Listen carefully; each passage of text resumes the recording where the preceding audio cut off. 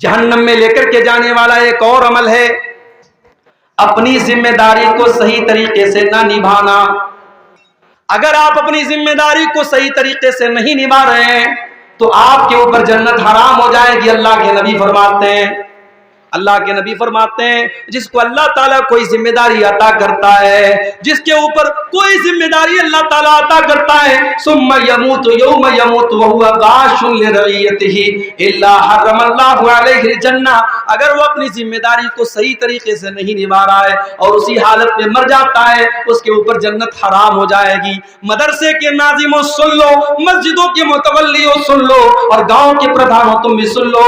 तुम्हारे कंधों पर जो जिम्मेदारी डाली गई है, अगर तुमने अपनी जिम्मेदारी का हक अदा न किया, अगर तुमने अपनी कुर्सी का, अपने पावर का हक अदा न किया, तुमने अपनी जिम्मेदारी के साथ इंसाफ न किया, अल्लाह के नबी फरमा रहे हैं इल्ला हर्रमल्लाहु अलैहिल जन्नह, ऐसे इंसान के ऊपर जन्नत हराम हो जाएगी। और यहां एक बात और नोट कर लीजिए, जिस तरीके से मस्जिद का मुतवल्ली एक जिम्मेदार है, मदरसे का सेक्रेटरी एक जिम्मेदार है, जिस तरीके से गांव का प्रधान एक जिम्मेदार है, उसी तरीके से हर घर में बाप अपनी औलाद का जिम्मेदार है, माँ अपनी बेटियों की जिम्मेदार है, बड़ा भाई छोटे भाइयों का जिम्मेदार है, बड़ी बहन छोटी बहनों की जिम्मेदार है। हम सब के कंधों पर कोई ना कोई जिम्मेदारी है मेरे प्यारे साथियों, और उस जिम्मेदारी के बारे में भी हमें जवाब देना पड़ेगा। माँ बाप को जवाब देना पड़ेगा कि तुम तो रातों में तहज्जुद पढ़ा करते थे, तुम्हारे घर में ज़िना कैसे हो गया, तुम्हारी बेटी ने गलत कदम क्यों उठाया, तुम्हारा बेटा रात में 2-2 बजे तक क्या करता था। बाप को जवाब देना पड़ेगा, माँ को जवाब देना पड़ेगा। इसलिए मेरे भाइयों, ये जिम्मेदारी भी हम अपने कंधों पर महसूस करें। अगर हम बाप हैं, एक अच्छे बाप बने, अगर माँ है एक अच्छी माँ बने, बड़े भाई हैं एक अच्छे बड़े भाई बने, अपने अंडर में जो लोग हैं उनकी जिम्मेदारी को अपने ऊपर महसूस करें। ये चीज भी अल्लाह तबारक व तआला के यहाँ बहुत खतरनाक साबित होने वाली है। अगर हमने अपनी जिम्मेदारी को सही तरीके से नहीं निभाया तो हमें और आपको जहन्नम में जाना पड़ सकता है। इसी तरीके से जहन्नम में लेकर के जाने वाली एक और चीज है नेकी करके एहसान जताना। किसी के साथ आपने भलाई कर ली, अब एहसान जता रहे हैं। अल्लाह के नबी फरमाते सलासतुल ला यदखुलूनल जन्नह, 3 लोग ऐसे हैं जो जन्नत में नहीं जाएंगे, यानी जहन्नम में जाएंगे। अल मन्नान, एहसान जताने वाला, एहसान जताने वाला। कभी अब अगर आपने किसी के साथ कोई अच्छा काम किया है, मौका आया आपने फट से बयान कर दिया, जब आपने बयान कर दिया इसका मतलब कि आपका मकसद अल्लाह को राजी करना नहीं था, आप तो मौका तलाश कर रहे थे कि देखो मैंने एहसान किया है, अब इस एहसान को जाहिर करने का कब मौका मिलता है। तो कभी एहसान मत जताइए मेरे भाई। जिस तरीके से नेकी करते हैं आप, नेकी करके उसको दरिया में डाल दीजिए, नेकी करके भूल जाइए, एहसान करके भूल जाइए। आज भी बहुत से अल्लाह के बंदे हैं, सर्दी का मौसम आता है, अपनी कार से जाते हैं, 10,000 रुपए का कंबल खरीदते हैं और गरीबों की बस्तियों में जाते हैं। जो गरीब बेचारा रात में सर्दी में ठिठुरा लेटा हुआ है, धीरे से जाते हैं, उसको कंबल उड़ा देते हैं। कोई कैमरा नहीं है, कोई मीडिया कवरेज नहीं है, कोई यूट्यूबर नहीं है, रात का अंधेरा है, अल्लाह देख रहा है। और उस गरीब को भी नहीं पता कौन से सेठ जी आए थे, कौन से हाजी साहब आए थे।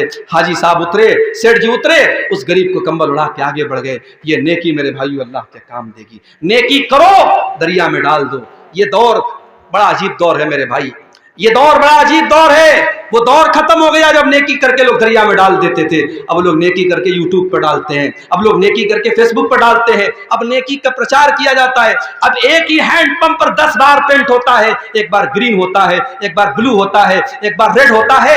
एक हैंड पंप पर 10 बार पेंट करा के 10 हैंड पंप का पैसा लिया जाता है। ये बेईमानी और ये चोरी और ये हरामखोरी भी आपके बिहार और झारखंड में हो रही है मशरूआत के नाम पर। अल्लाह हम सब की हिफाजत फरमाए। अल मन्नान, अल्लाह के नबी फरमाते हैं कि एहसान जताने वाला, नेकी करके नेकी जताने वाला, वो भी अल्लाह के यहाँ जहन्नम में जाएगा, जन्नत हराम है उसके लिए। और दूसरा आदमी वलाक, रिश्ता काटने वाला, रिश्ता काटने वाला।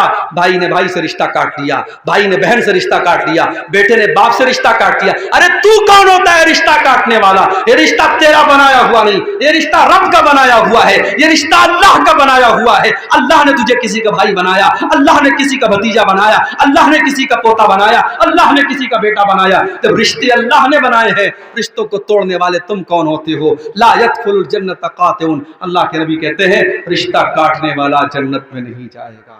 میرے پیارے ساتھیوں، العاق کو اللہ کے نبی اس حدیث میں کہہ رہے ہیں رشتہ کاٹنے والا۔ اور جب رشتے کے کاٹنے کی بات آئی تو ایک بات اور سن لو، دوسرے رشتوں میں اگر آپ نے گڑبڑی کی تو کچھ تو معافی کی گنجائش ہے، لیکن اگر ماں باپ کے ساتھ گڑبڑی کی، جس ماں نے جنم دیا، جس باپ نے انگلی پکڑ کے چلنا سکھایا، جس ماں نے خون جگر پلا کے تجھے جوان کیا، اور جس باپ نے خون پسینہ ایک کر کے تجھے کسی قابل بنایا، اگر اس ماں کے ساتھ تو نے بدتمیزی کی، اس باپ کے ساتھ تو نے اگر بدتمیزی کی، اس ماں سے رشتہ تو نے توڑ دیا، اس باپ سے رشتہ توڑ دیا، تو اللہ کے نبی فرماتے ہیں دو گناہوں کو اللہ تعالیٰ معاف نہیں کرے گا۔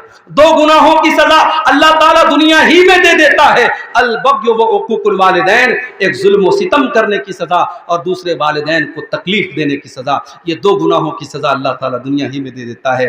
میرے پیارے ساتھیوں، تو اس حدیث میں دوسرا گناہ یہ ہے العاق کو، رشتہ کاٹنے والا بھی جنت میں نہیں جائے گا۔ اور تیسرا کون ہوگا؟ وہ مدمن الخمر، شراب کا عادی، شراب کی لت جس کو لگ گئی، شراب کبھی پی لیا توبہ کر لیا الگ بات ہے، جس کو شراب کی لت لگ گئی اب شراب کے بغیر رہتا نہیں ہے، اب یہ بہت خطرناک آدمی ہو گیا، اس کو شراب کے بغیر چین نہیں ہے، شراب کا ایڈکٹ ہو گیا، شراب کی لت لگ گئی، ایسا آدمی جنت اس کے اوپر حرام ہے۔ آج بھی سماج میں ایسے لوگ ملتے ہیں جو شراب کی اس قدر عادی ہو جاتے ہیں کہ بغیر شراب پیے وہ گھر میں نہیں آتے ہیں، اور اچھے خاصے اچھے خاندان کے ہیں، نیک اور اچھے گھرانے کے ہیں، مگر شراب کی لت لگ گئی، اب گھر میں جب آتے ہیں شراب پی کے آتے ہیں، کبھی بیوی کو گالی دیتے، کبھی بچوں کو گالی دیتے ہیں۔ کتنے غریبوں کو میں دیکھتا ہوں شوہر اس طریقے سے شراب پی کے آتا ہے اور بیوی بیچاری دوسروں کے گھر میں جا کے جھاڑو پوچھا لگاتی ہے، برتن مانجتی ہے اور کام کرتی ہے، اور وہ بیوی جب پیسہ کما کے لاتی ہے شوہر اس پیسے سے جا کے پھر شراب پی لیتا ہے۔ ایسے شوہر بھی سماج کے اندر موجود ہے، اور ایسے شوہروں کو بڑا یاد رہتا ہے کہ صاحب میری بیوی میری خدمت کیوں نہیں کرتی، میری بیوی میری بات کو نہیں مانتی۔ ارے تو اپنی بیوی کا کتنا حق ادا کر رہا ہے؟ اسلام میں ون وے ٹریفک نہیں ہے میرے بھائی، اگر شوہر کا حق بیوی کے اوپر ہے تو بیوی کا حق بھی شوہر کے اوپر ہے۔ جو اپنی بیوی کی کمائی کھاتا ہے وہ حرام خور سن لے، وہ بغیرت سن لے، تیری بیوی کا کام کمانا نہیں تھا، تیری بیوی دوسروں کے گھر میں جا کے برتن مانج رہی ہے اور تو بیٹھ کے شراب پی رہا ہے تو بہت بڑا بغیرت ہے۔ اور سن لو، کان کھول کے سن لو، بغیرت بھی جنت میں نہیں جائے گا، بغیرت بھی جنت میں نہیں جائے گا۔ اللہ کے نبی نے فرمایا الدیوث الذی یقر فی اہلہ الخبث، وہ بغیرت انسان جس کے گھر میں بے حیائی ہو رہی ہو، بے شرمی ہو رہی ہو اور اس کو کوئی فرق نہ پڑ رہا ہو، اس بغیرت کا انجام بھی یہی ہونے والا ہے کہ وہ جہنم کی آگ میں چلے گا۔ اور آگے بڑھیے، جہنم میں لے کر کے جانے والا ایک اور عمل ہے زبان کا غلط استعمال۔ زبان کا غلط استعمال کرنے والا بھی جہنم کی آگ میں جلے گا۔ اللہ کے نبی سے پوچھا گیا کہ سب سے زیادہ جہنم میں لے کر کے جانے والی کون سی چیز ہے؟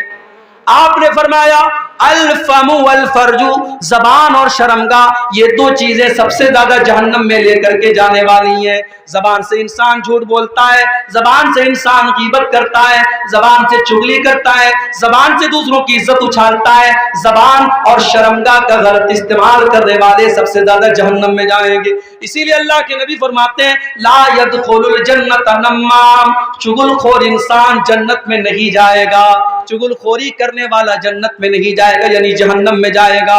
اور یہاں ایک بات اور بتا دوں، چغل خور کس کو کہتے ہیں بھائی؟ چغل خور اس کو کہتے ہیں جو ادھر کی بات ادھر کرے۔ اب ادھر کی بات ادھر کر رہا ہے تو ضروری نہیں کہ سب بات غلط کر رہا ہے، صحیح بھی کر رہا ہے، مگر صحیح بات بھی اگر ادھر کی ادھر کر کے لڑا رہا ہے تو وہ چغل خور ہے۔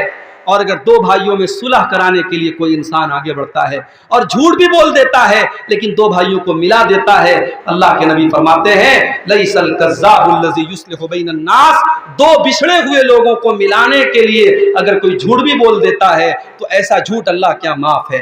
پتہ یہ چلا کہ اگر ہمارے سچ بولنے سے دو بھائی لڑنے لگتے ہیں تو وہ سچ بولنا حرام ہے، اور اگر ہمارے جھوٹ بولنے سے دو بچھڑے ہوئے مل جاتے ہیں وہ جھوٹ بولنا جائز ہے۔